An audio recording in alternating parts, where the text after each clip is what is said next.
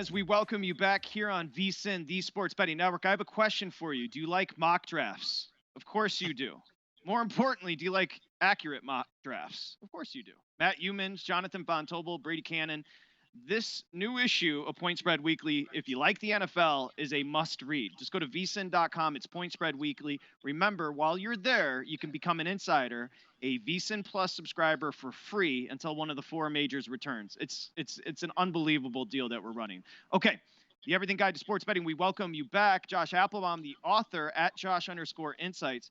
Today we've got Mr. Marshall coming up in a bit, but today we're tackling college football. The information's invaluable, and we're going to jump into bowl games here, Josh. Yeah, so I think one kind of the elephant in the room when you're betting college football is everyone looks toward bowl games at the end of the season. So what is a bowl game?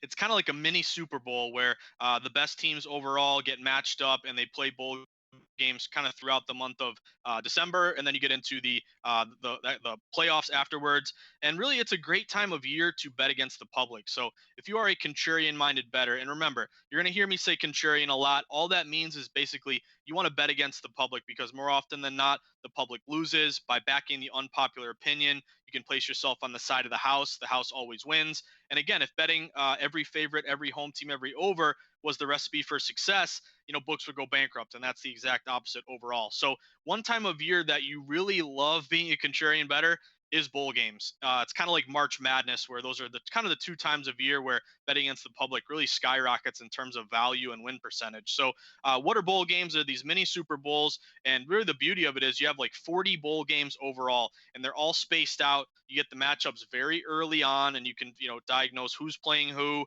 The beauty of it is every single game is extremely heavily bet. And when you're betting against the public and you're going contrarian, the key is that you can't just look at percentages and say, I'm taking the team getting 20% of bets.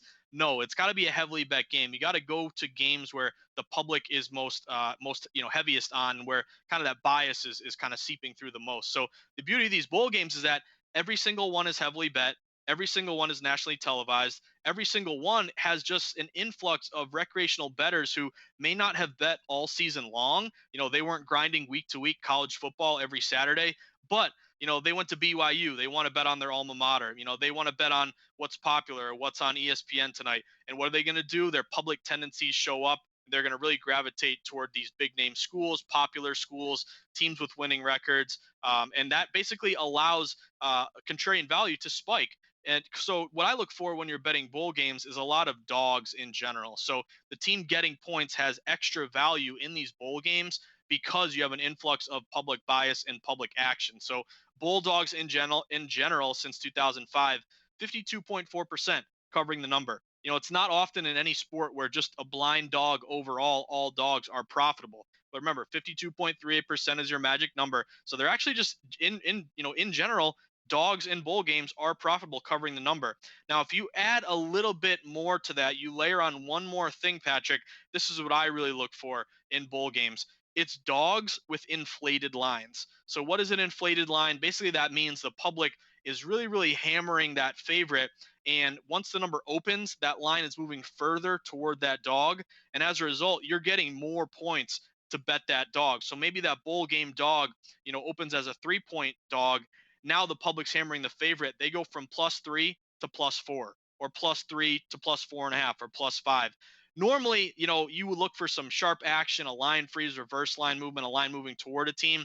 But in these unique situations where it's really, really heavily bet, if you can get an inflated line of at least a half point, those teams, those bulldogs with inflated lines, are 58% against the spread since 2005. So that just goes to show you capitalizing on public bias. There are certain times a year when the value skyrockets. Bowl games, great time of year to go contrarian, similar to March Madness when you're betting college basketball. And if I could add one, Josh, imbalance of motivation.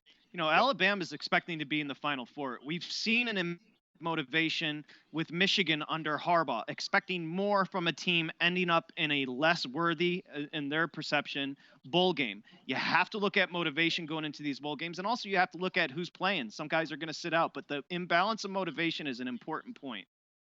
I think it's a great point, Patrick, because again, a small school team who makes a bowl game, they're super happy. It might be their first bowl game in 10 years. But if you're Alabama, you're used to going to the national championship, and maybe you miss out on the 4-team playoff, and you're playing in the Palmetto Bowl.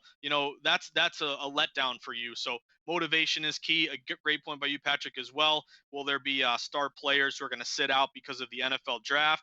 Also, you look at, there are a lot of times where coaches get let go, they get fired, and you have an interim Right. coach coaching that bowl game. That's another trend that I know, Patrick, Michael Lombardi, and myself, we looked at a lot with these bowl games where, if a coach gets fired and maybe it's his last game coaching, or you have a new interim coach coming in, that could have a big effect on bowl games in general. But these are the sort of things, luckily, with bowl games, these schedules come out, 3 weeks in advance. You have time to diagnose these things. But again, each little factor here that you can build and check off more boxes to try to make the smartest bet you can. Typically, waiting, kind of a mantra in betting is bet favorites early, dogs late. Usually, a line will move more toward a favorite because that's going to be the popular side.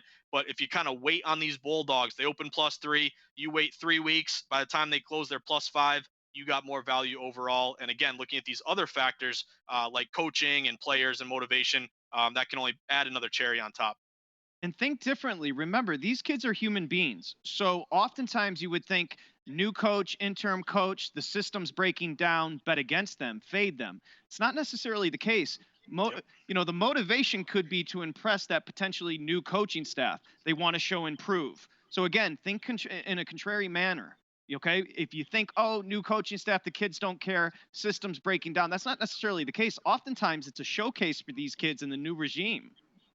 Excellent point, Patrick. Yeah, because you can buy low in these opportunities overall. Where again, this long layoff where they hype up these games on, on all these sports channels, they're going to pound the fact that the coach is gone. That creates another media narrative you can go against. Also, looking at win-loss records and how often these teams have covered throughout the year. If you have two teams that are both 6-6, but one hasn't covered a lot, one has covered a high amount of time. Buying low on a team that hasn't covered because maybe they cost better some money. I kind of look at it as you want to lean on a bad ATS team versus a good ATS team because that's kind of baked into the cake and you can get better numbers. But again, bowl games have so many opportunities here to make money, and that's kind of the best time of year to bet college football. Bulldogs 52.4. Write that number down. Coming up next, one of the sharpest in the game, Bruce Marshall, editor of the Gold Sheet's going to join us right here on the Everything Guide to Sports Betting. A tremendous college football bettor for a very long time. So Bruce is going to join us as we continue to roll along here on VSIN, the Sports Betting Network. Come on back with Bruce Marshall.